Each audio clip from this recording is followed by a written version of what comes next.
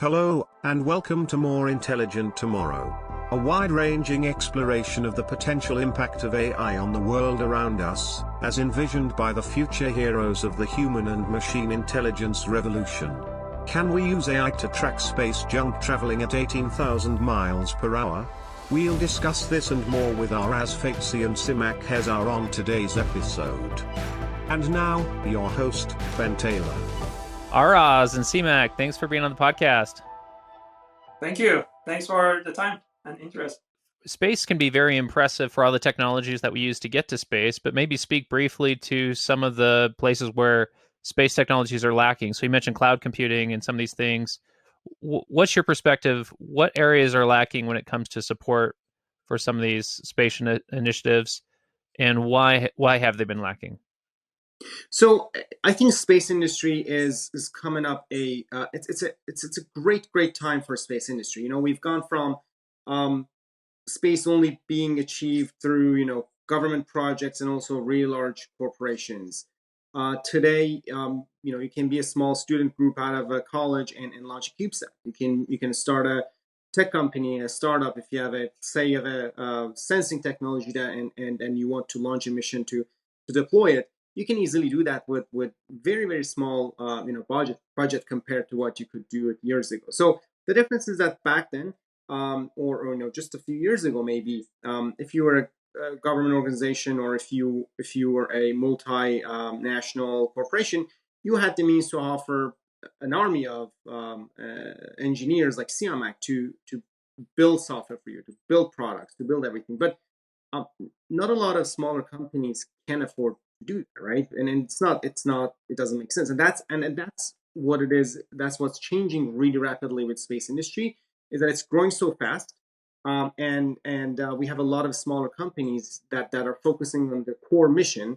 And it's very valuable to have a company like Kayhan, who can come and assist them with all their non-core parts of their mission, right? So if it's a mission design, they don't have to hire software engineers to help them build tools to design their mission. They don't need to hire engineers to come in and build tools to avoid collision or conjunctions, because now companies like Kayhan can actually offer that as a service, offer the software as a service to space industry. So I think it's just a great time in space industry today. But it's also a scary time because of the amount of debris that exists in space. So maybe give the listeners that background. How much debris is up there? And are we facing a future where we can't go to space anymore because it's too dangerous? Yeah, I'll start and Siamak, feel free to jump in. So just a little bit of background. Since 1960s, we've launched about 8,000 to 9,000 satellites total. And just in the last 12 months or so, SpaceX alone, for their own constellation, Starlink, they have launched around 1,000 satellites. So, just between Project Kuiper, SpaceX, and a couple other projects, we are expecting to see tens of thousands of satellites to launch in the next couple of years. So, just so you can see that order of magnitude more satellites we're launching today.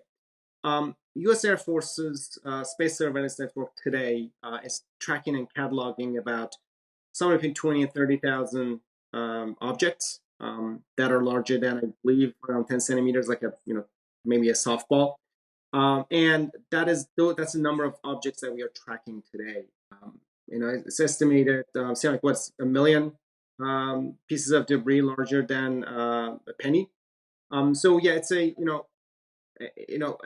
and smaller than we just basically don't know. We have estimates, but we don't know. So there are two components, right? So there's natural debris, there's orbital natural debris, there's also man-made debris, whether it is defunct satellites or other spacecraft, or debris from past incidents and accidents or breakups in the orbit. And plus, we have a lot more operational satellites that are going to be on collision course, and they will be on collision course more frequently than before. Yeah, fascinating.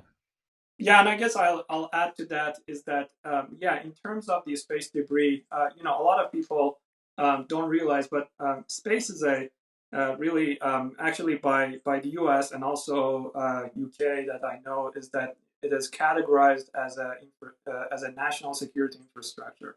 So really our when you look at space and the it's not just astronauts going to the National Space Station and doing research, or sending robots to Mars or Moon. It is really our everyday life in many ways is really tied to space. So, for instance, GPS is very a simple example that everybody is familiar with. Imagine your and geolocation of the GPS is one of the applications, but imagine you want to find the address as you're driving and you don't have GPS these days. So a lot of in a lot of ways, our everyday lives is dependent on the space, but at the same time, there is this imminent threat of space debris that is constantly threatening the operational satellites. And we've already had some significant accidents already, right? There's a retired Russian spy satellite that hit a commercial satellite, and that created 2,000 different particles. So maybe talk about some of the historic debris events. Where's the debris coming from? When we send the satellites in orbit, not many companies or governments they deorbit their satellites. After the end of the life of a satellite, it can stay in orbit for many, many years as basically a piece of junk that is drifting around, and it can pose danger to other operational satellites. And is that a requirement change now? Are new satellites required to have some type of thruster so they can, at end of life, they can come back into Earth's atmosphere and burn up? Yeah, that's a great question, and I think I'll start answering that by just saying that something I would keep saying is that technology alone is not the solution here, right? As you pointed out, policy does play and is going to play a tremendous role in managing this. As of right now, there's no requirement for satellite deorbiting, and unlike airspace, which belongs to a country and that the country can enforce regulations around it, space basically doesn't belong to anyone. So we believe that there needs to be a very serious effort in setting some ground rules for all satellite operators globally to basically keep the Earth orbit environment safe and also sustainable for next generations. Is that a concern with SpaceX with their Starlink satellites? Because they're launching thousands or tens of thousands of these things up, right? Is that a concern that they're adding to this debris field, or does it depend on which orbit they're going into? Yeah, so I mean that's just one example, right? That's tip of an iceberg. 1,000 or so satellites as of right now. I think they've planned 30,000 satellites. There are many more similar planned constellation of satellites that are going to go up. So this is basically nothing compared to what we're going to see in the next 10, 20 years. I've got a question here that's from our video team. What's the smallest amount of debris that can actually do damage to a space mission? Like, I guess catastrophic damage. What's the smallest size of debris that can do catastrophic damage to a space mission? I think it's not much of a matter of size, but rather the if I go a little bit more in terms of like physics, the momentum that object delivers.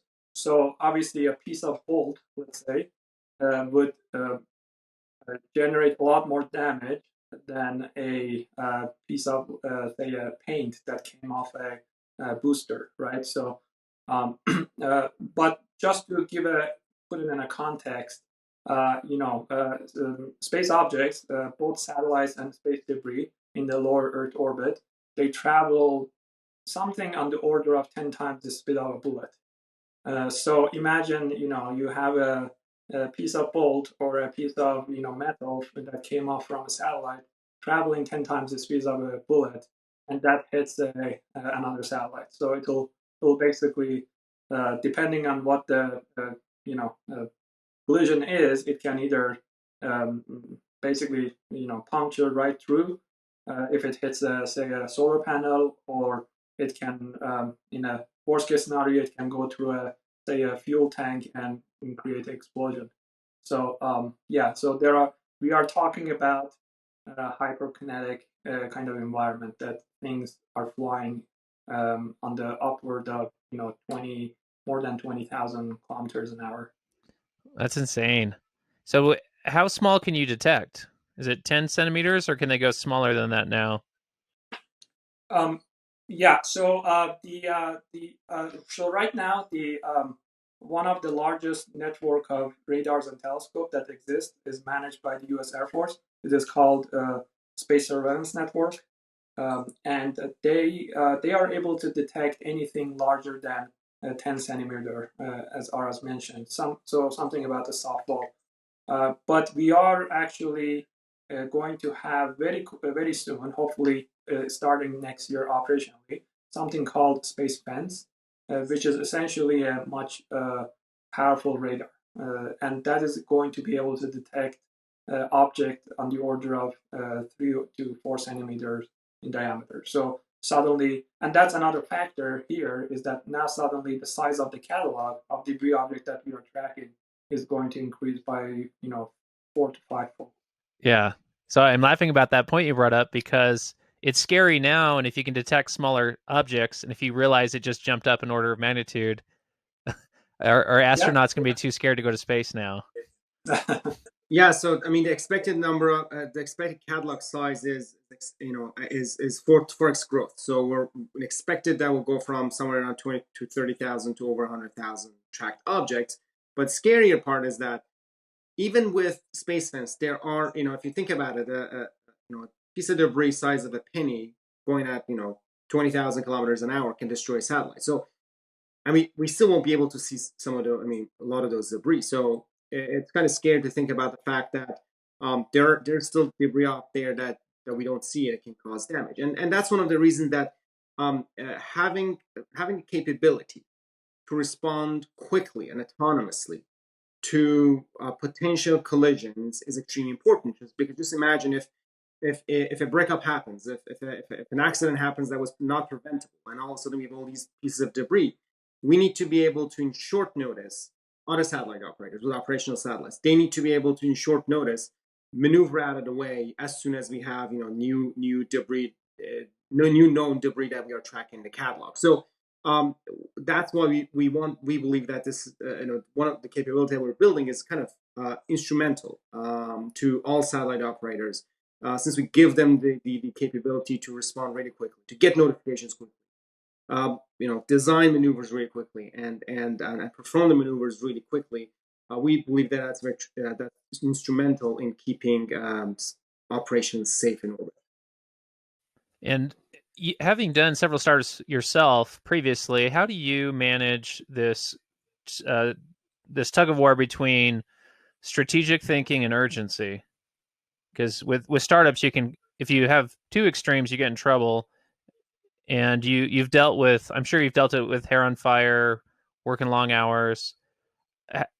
What's your perspective, and how do you deal with that now? Urgency versus strategic thinking.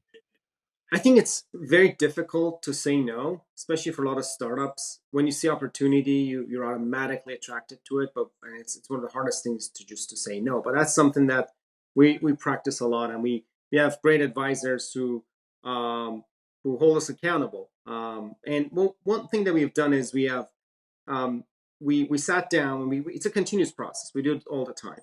We revisit this very frequently. We sit down and we list all the opportunities, or all the I should just call it opportunities that we have in front of us, and then we try to be we try to look at the urgency, look at the size of the market, the amount of effort it's going to take, and how it's going to affect other parts of the company. And then what we have is we have a rolling roadmap of features and functionalities and capabilities that we are developing. And that's, it evolves, right? As we talk to more customers, and things happen, that evolve. So we try to be very methodical with this. We try not to basically jump into opportunities without thinking it through, and without talking to our advisors. And but it's hard, right? So the way we balance it, obviously, financial health of the company is extremely important. As a result, some of the things that play a big role in us prioritizing different functionalities and capabilities is market size and market demand. And we believe that collision avoidance and conjunction assessment collision avoidance is a kind of low hanging fruit. It's a big problem. And, most satellite operators want more automation, want more autonomy, and it's something that's in our wheelhouse. So that's the one that we've prioritized today. So, Siamak, do you think aliens haven't visited Earth because we have too much space debris? They showed up and they turned around because it was too dangerous? I sure do hope so, because because we are gonna keep having space debris problems. So if aliens are gonna visit us and they're gonna be scary aliens, like a lot of movies. So if space debris keeps them away, that'll be good. And just to give you a little bit of peace of mind, one of the capabilities we're building is what's called a launch conjunction assessment, which once we have that shield to keep the aliens out, we have the capability to plan a launch that is going to be safe, and it won't have it'll fly safely through all the debris and other objects. So you can get out of the hole between the passing bullets that are going. Yeah, we'll screen the launch, and we make sure that there are no conjunctions along the way. And that reminded me, so when we have launches today, a lot of times we talk about the weather, but there's also a space debris aspect to that as well, right? So they don't that's not really top of mind. Super interesting. And I just want to point out that I'm not against aliens. So I would be the first one to want to see an alien if they really exist or have contact with them. So I'm not anti-alien. I could talk to both of you guys, I think, for hours. I want to be respectful of your time. Siamak and Araz, I really appreciate you being on the podcast and talking to us about space junk. Thanks so much. No, this was fun. Yeah, I really enjoyed the conversation. Thank you for the opportunity, and keep following us. Will do. Thank you guys so much.